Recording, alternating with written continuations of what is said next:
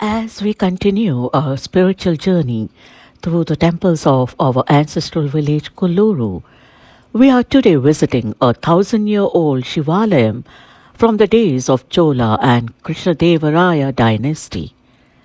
This temple has been adopted by one of our uncles, Sri Krishna Rao, and renovated to the current state.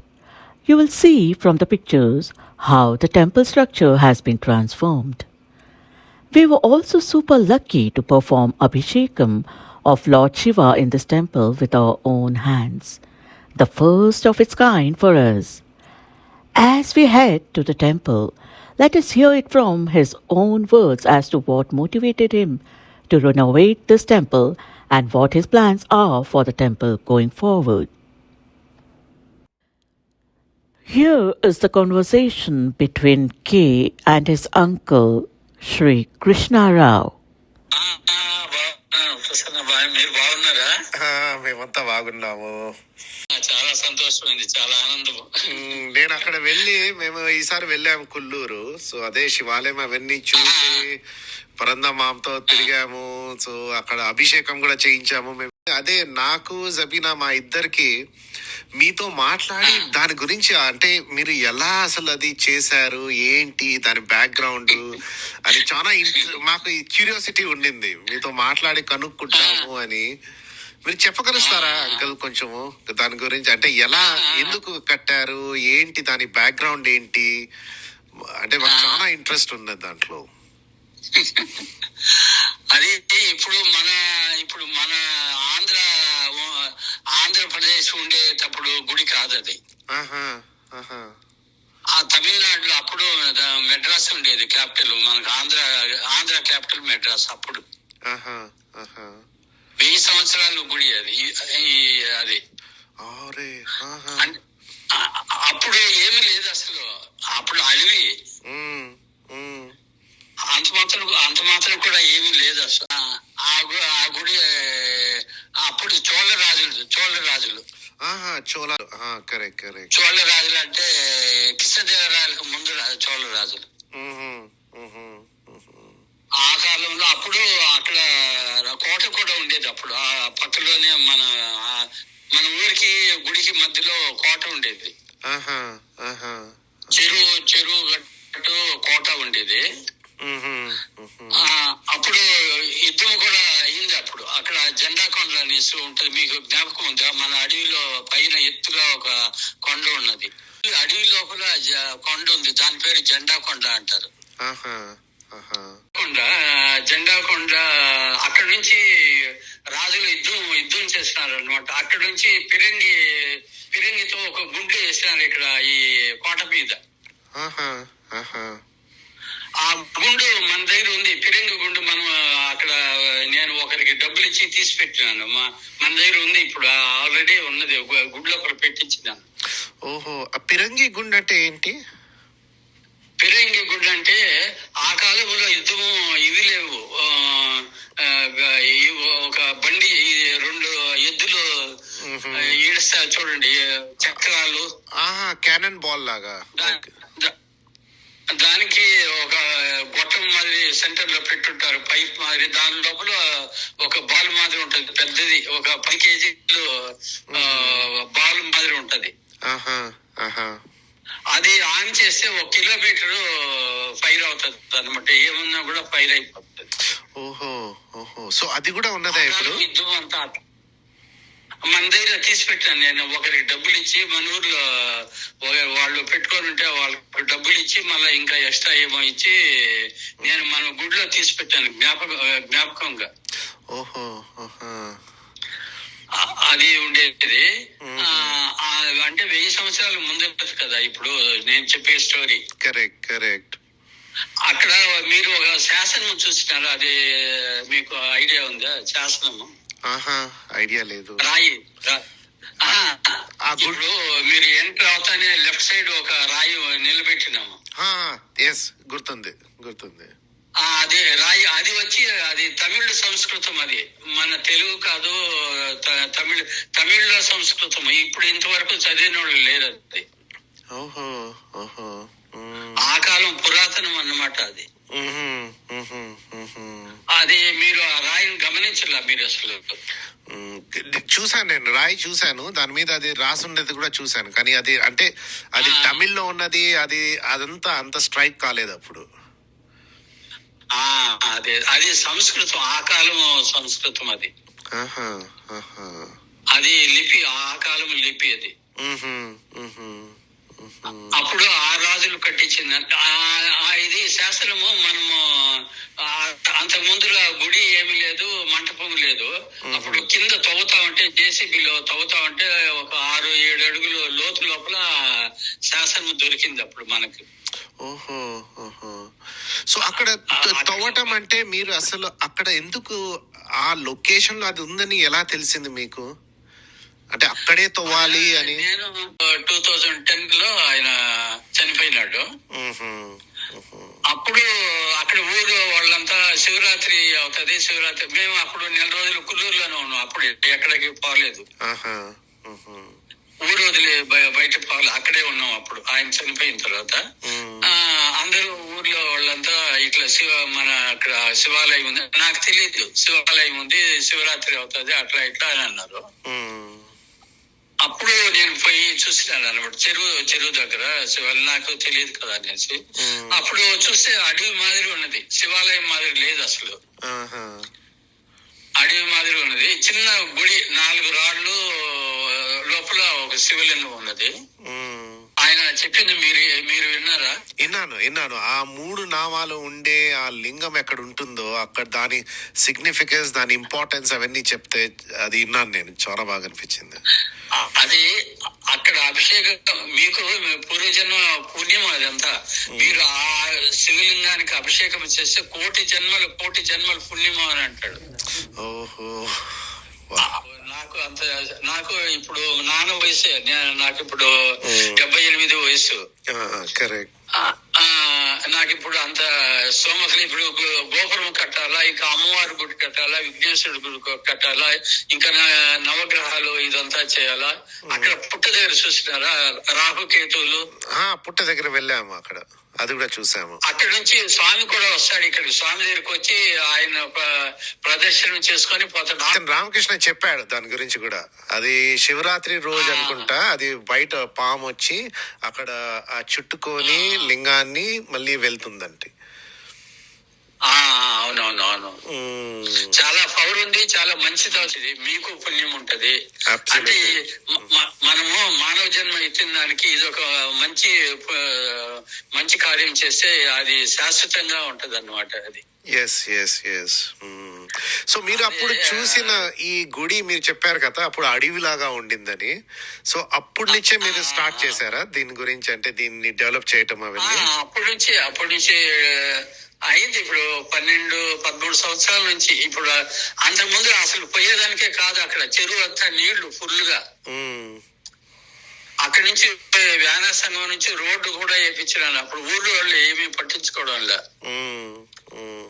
ఆ కట్ట మీద అంతా అడవి మాదిరి ఉండేది. రాసపాలెం వరకు చెట్లు, కంపగారి చెట్లు. ఆ రోడ్డు వేపించి మళ్ళా ఆ కట్ట మీద కంపల అంతా కొట్టించి కట్ట అంతా డౌన్, చాలా 10 అడుగులు హైట్ ఉండేది, దాన్ని 5 అడుగులు డౌన్ చేసి చెట్లు అది ఎక్కడెక్కడి నుంచో తెచ్చింది. ఏకబిల్లువు, మహాబిల్వము, త్రిదళము, రుద్రాక్ష చెట్లు, మళ్ళా తెల్ల మద్ది, మళ్ళా రకరకాలు ఉన్నాయి. ఇది పారిజాత, మనోరంజని, 75 రకాలు ఉన్నాయి అన్నమాట చెట్లు. అది ఇప్పుడు కూడా నిన్న ఒక 50 లోడ్లు మట్టి తోలిపించి దానికి అంతా చెట్లకి నిన్ననే ఒక ఆయన తోలి ఇక్కడి నుంచి అంతా అరేంజ్ చేస్తానే ఉంటాను. నా శక్తి కొద్దీ చేస్తా ఉన్నాను ప్రసన్న. అదే కష్టం, ఇవన్నీ అరేంజ్ చేయడం కూడా చాలా కష్టం అసలు. అంటే ఇంత దూరం ఉండి అవన్నీ మొబిలైజ్ చేయటము. శివరాత్రికి బాగా వస్తారు మనుషులు, బాగా అభిషేకాలు అవంతా, భోజనాలు అవంతా ఉంటది. అదే ఇంకా చాలా డెవలప్మెంట్ ఉంది ఇప్పుడు. ఇంకా ప్రహరీ గోడ ఉంది, ఇంకా ఇంకా గేట్ ఉంది, ప్రహరీ గోడ, గోపురము, ఇంకా అమ్మవారి గుడి, లలితా పరమేశ్వరి అమ్మవారి గుడి చేయాలా, మళ్ళా విఘ్నేశ్వరుడి గుడి, మళ్ళా ఇది నవగ్రహాలు, మళ్ళా చాలా ఉంది. ఇది లింగంకి ముందరి నుంచి ఆ 3 నామాలు అవన్నీ అలాగే ఉండిందా మీరు చూసినప్పటి నుండి? అది ఇదే కదా, అది స్వయంభూ కదా, స్వయంభూ లింగం. మనం ఇచ్చేసింది కాదు, మనమేమి చేయలే. మనం అప్పుడు ఎట్లుందో అట్లే మనం ఏమి దాన్ని ఏమి ఆల్టరేషన్ చేయలేదు. బయట వరకు మనం చేసింది. అక్కడ మనం ప్రోగ్రామ్ పెట్టిస్తాము. ఆ ప్రోగ్రామ్ కు అప్పుడు వాళ్ళు అక్కడే పండుకుంటారు. మళ్ళా రాత్రి 12 గంటలకు స్వయంభూ ఇది లింగ ప్రతిష్ట, అది అభిషేకం చేయాలి. మళ్ళా లింగోద్భవము ఉంటారు. అప్పుడే రాత్రి 12 గంటలకే లింగోద్భవం. ఇది ఇది ఇది ఏమంటే కింద పైన స్వామి ఎంత ఉన్నాడో కింద అంత ఉంటారు. కింద బ్రహ్మ విష్ణు ఉంటారు, పైన శివుడు ఉంటారు. అట్లా ఇది. అండ్ మీరు చూసినప్పటి నుంచి ఇది అంటే ఈ లింగం ఇంతే బయట ఉండిందా, లేకపోతే మీరు తవ్వి అది తీసారా బయట? అంటే తవ్వలేదు, కొంచెం లోపల ఎట్లుంది అనేసి నేను చూసినప్పుడు కింద ఒక వేరే మాదిరి ఉన్నది.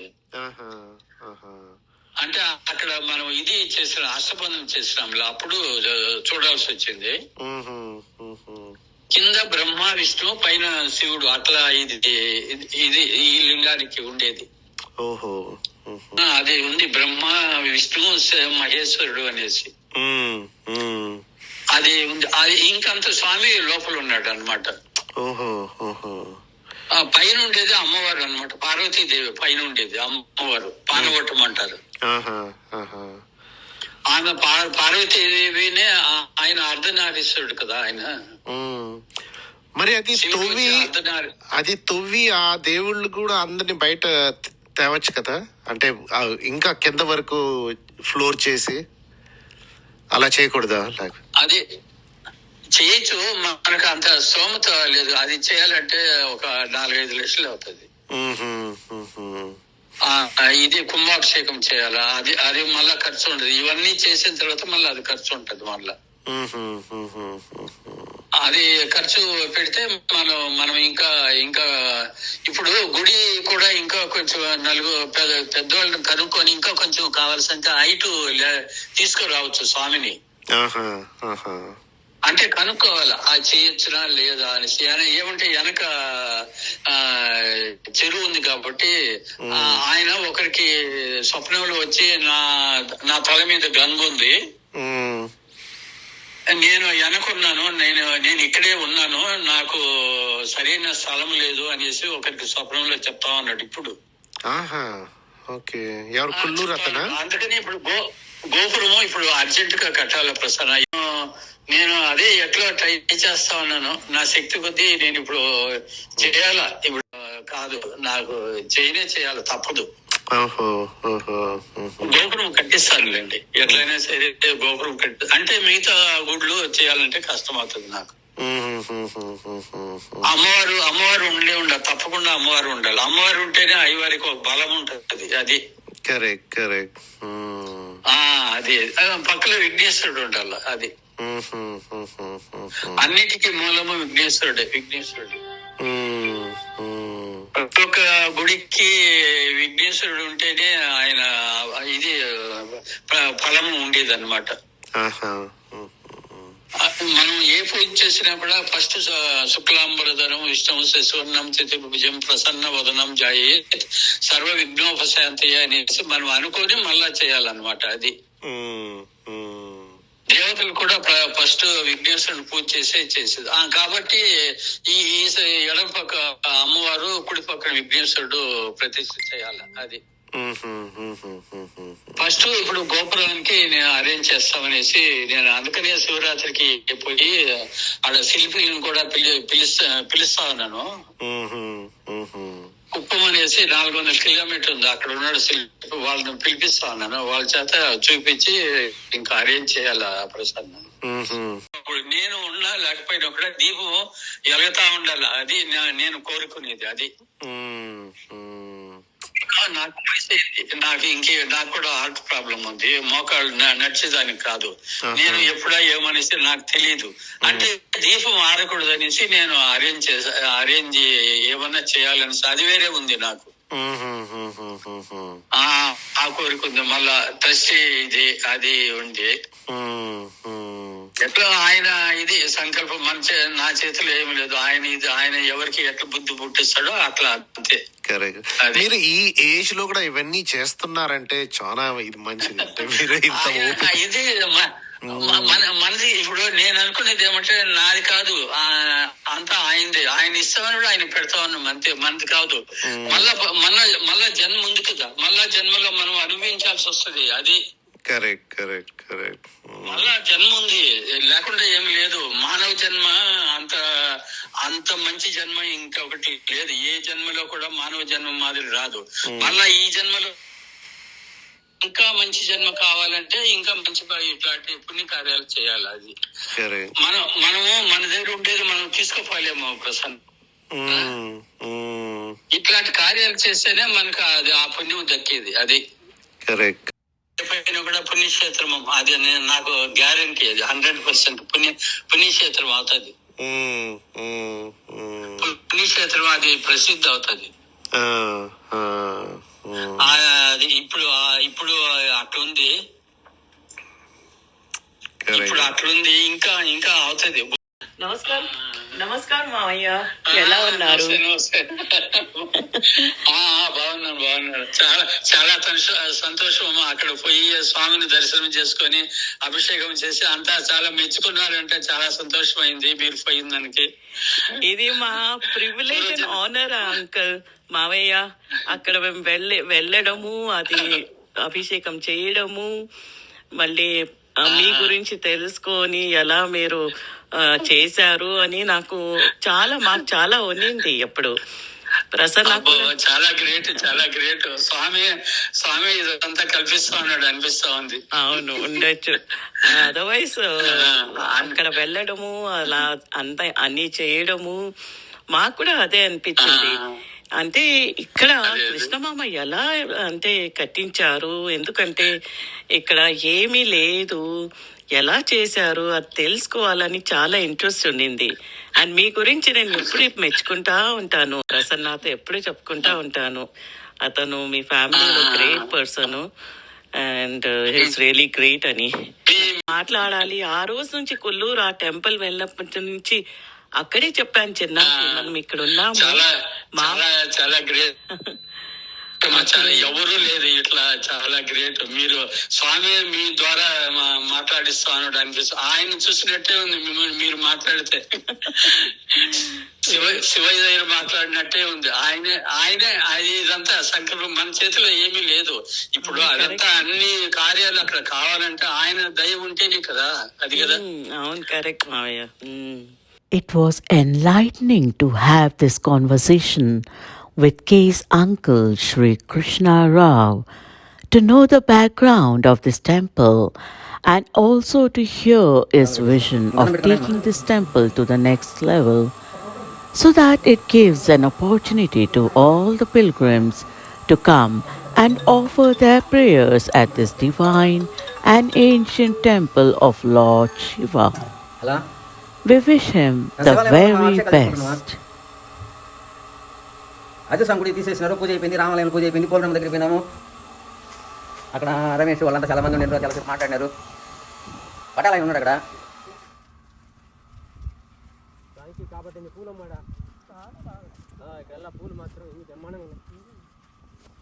ఇవి మీరేనా మెయింటైన్ చేసేది?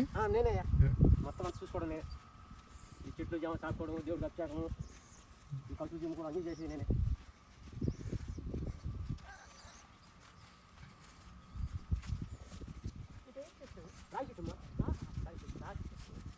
ఇది మారేడు చెట్టు, దేవుడు కాపులు పెడతాను. మారేడు ఇది రాగి చెట్టు అంట. రాగి చెట్టు, యాప చెట్టు రెండు ఉన్నాయి.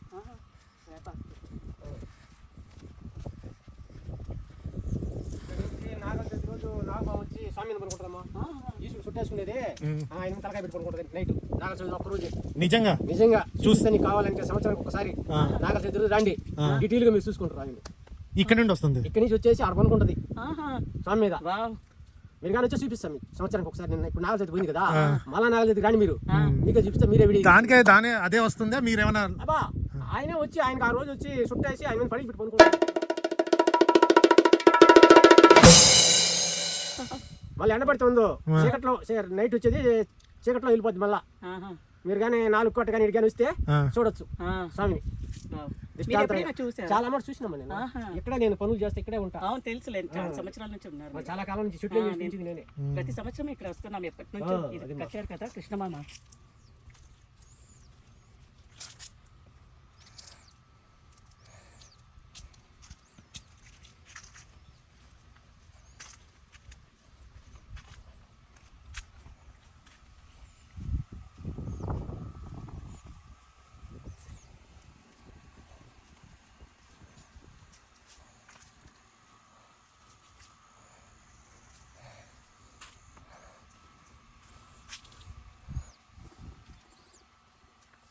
ఇది ఏ చెట్టు? రాగి చెట్టు. రాగి చెట్టు. రాగి చెట్టు ఆ చెట్టు రెండు ఉన్నాయి. ఇదేంటంటే ఇది సీక్రెన్ చెట్టు. చిన్న పిల్లలప్పుడు పుట్టినప్పుడు తలకు పోస్తారు అనమాట. ఆకు ఎండబెట్టి పొడి సీక్రెన్ చెట్టు. చిన్నప్పుడు సంటి పిల్లల వల్ల ఆకు ఎండబెట్టేది తలకు పోస్తారు చిన్న వయసులో. అడవిలో ఉండాలి చెట్టు పడిన సంఖ్య. మంచిది కదా ఇది? మంచిది హెల్త్కి మంచిది. సీడ్స్ అయితే అవుతాయి. ఆకు ఎండబెట్టి బాగా పొడి అయిపోద్ది. Then we can search the name. English seeds ऐसे होते हैं. बहुत ही अच्छा लोकेशन है सच्ची. చాలా బాగుంది.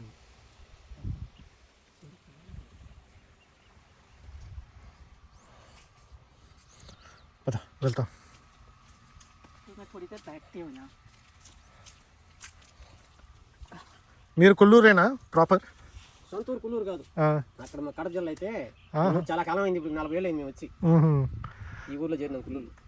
40 ఏళ్ళు అంటే అప్పుడు మా తాత వాళ్ళు ఉన్నప్పుడు ఉన్నావా? 82లో వచ్చినాం మేము. 82 అంటే ఓబుల్ శెట్టి తెలుసు, ఆయన నల్గొండ ఓబుల్ శెట్టి. పెద్దయ్య తెలుసు, ఆ పెదమ్మ వీళ్ళందరూ తెలుసు. వేనన్న కానీ ఇప్పుడు ఈయన పరందామని కానీ వీళ్ళంతా తెలుసు. వీళ్ళు మొత్తం ఆడ ఆ పక్క రత్తక్క కానీ మా పెద్దమ్మ రత్తక్క వాళ్ళ కూతురికి భాగ్యం వీళ్ళందరూ పరిచయం బాగా తెలుసు. మేము అక్కడ ఆ సెంటర్లో ఉన్నాం. అక్కడే ఆ వీధిలోనే ఆ వీధిలో నానే ఉన్నాం మేము. రత్తక్క వాళ్ళ ఇంటికి ఇట్లా ముందు పక్క దక్షిణ సైడ్ ఆ ఇంట్లో ఉన్న 3 సంవత్సరాలు. మా అంటే పెద్దమ్మ ఇంటి ఇటు సైడ్ బుడ్డోడు వాళ్ళు ఉండే పెద్దమ్మ. దక్షిణ పక్కన ఆయన రమణయ్య వారిని చూడు, వాళ్ళ ఇంటి తూర్పు పక్కన ఆయన ఆనుకొని 3 ఏళ్ళు 4 ఏళ్ళు ఉన్నాం అక్కడే. ఇంకొకటి వదిలి చూస్తే వెళ్తే అక్కడ మేము ఇవి కోడి కాల్చి అదంతా చేసేవాళ్ళం. ఒక తొట్టి తెలుసు అక్కడే మేము ఉన్నది. అండ్ దాని ముందర మా ఇవి బర్రెలు ఇది కూడా ఉండింది. పశువులు కట్టేసుకుంటాడా బర్రెలు చేస్తా ఉన్నాను. బ్రహ్మాండంగా ఉంది. ఫస్ట్ అక్కడే మేము ఫస్ట్ జారను, మళ్ళా వచ్చేసి యాగోపాలెం చేయాలి. పటేల్ వాళ్ళు ఇటు సైడ్ ఉండేవాళ్ళు అనుకుంటా. ఉత్తరం కృష్ణ వాళ్ళ ఇంటికి పరండ పక్క ఉంటుంది.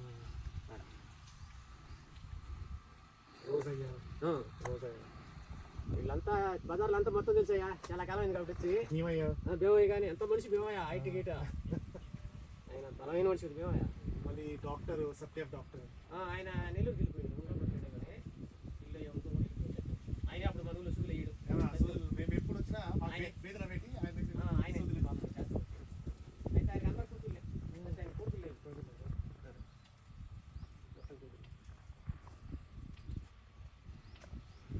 ఊర్లంతా వదిలేసిండ్రు. అసలు చాలా దూరం అయిపోయింది ఊరు. లేరు ఎవరు, టౌన్ చేరిపోయింది, పోయి లేచిపోయింది అంతా టౌన్. ఎవరు లేరు, కాలు బాగుంటుంది ఊరు ఇప్పుడు అంతే మొత్తం లేదు. పెద్ద వాళ్ళంతా ఉద్యోగాలతో వెళ్ళిపోయినరు. ఎవరిన ముసలోళ్ళు అట్టోళ్ళు ఉంటారు, వాళ్ళు పోతే ఇంకా ఇల్లు కూడా తీరచ్చు. వారి గుడి కాడి నుంచి గంగాధర ఇంటి కాడికి 3 ఇళ్ళు ఉన్నాయా, వాళ్ళంతా బీడే తిరిపక్క. ఇంకెవరు ఉన్నారా?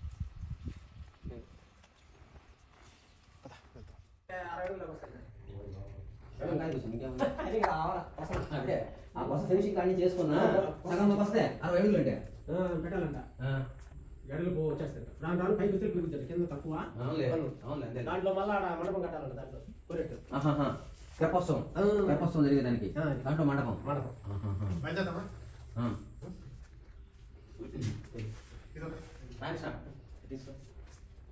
నేనే ఎక్కువ అంత పాపం కష్టం అంతా. వాళ్ళ జీతం ఎంత ఇచ్చినా సరే నేను సేవ చేసుకుంటాను సార్ అని చేసుకుంటాను సార్. మనకు బాగా ప్రియంగా ఉంటాడు. నేనే ఇక్కడ మన వాళ్ళు ఎవరు వచ్చి పెట్టి కన్నా ఫస్ట్ ఇక్కడ జాయిన్ చేసింది ఆయన వేలగాడికి జాయిన్ చేసింది ఆయన. ఆయన చేసింది. మరి నీకు నెలకాని ఏమైనా ఇస్తారా? 8,000 చేస్తాం. ఉదయం సాయంత్రం ఇదంతా చేసుకో. అది ఎవరు నాకు ఇష్టమే ఇస్తారా? ఇంత ముందంతా ఇస్తా వచ్చినాడు. ఇప్పుడు ఎవరు ఊళ్ళో వాళ్ళు ఎవరు ఇద్దరు వచ్చి ఇంకా ఆయన లేదు మేము ఇస్తాం అన్ని ఒక 5,000 ఇస్తాం. ఎవరు వాళ్ళిద్దరు? ఎవరిద్దరు అంటే ఒకతను వచ్చేసి కెనడాలో ఉంటాడు. నేను చెప్పాలా గుడి కూడా ఇంకేమైనా పెడుతున్నారా? మీరు ఎప్పుడైనా గమనించారో లేదో, ఒక్క శివలింగానికే ఒక ప్రత్యేకమైన గుర్తు ఒకటి ఉంటుంది. మీరు ఎప్పుడైనా చూడండి, అన్ని శివలింగాల మీద ఉండదు అలాగా. మీరు కొన్ని శివాలయాల్లోకి వెళ్ళినప్పుడు శివలింగం దగ్గరికి వెళితే దాని మీద కొన్ని గీతలు ఉంటాయి ఇలాగా. అది ఏమిటో తెలుసా గీత? అలా గీత ఎందుకు ఉంటుందో తెలుసా ఎవరికైనా? అలా గీత ఉంటే దాన్ని బ్రహ్మసూత్రము అని పిలుస్తారు. అలా గీత ఉంది అంటే నీ అదృష్టం పండి నువ్వు అక్కడికి వెళ్ళావని గుర్తు. 1000 మాటలు ఓ శివాలయంలోకి వెడితే నీకు ఎంత ఫలితమో, అలా గీతలు ఉన్నటువంటి శివలింగం ఉన్న గుళ్ళోకి వెడితే అంత ఫలితం.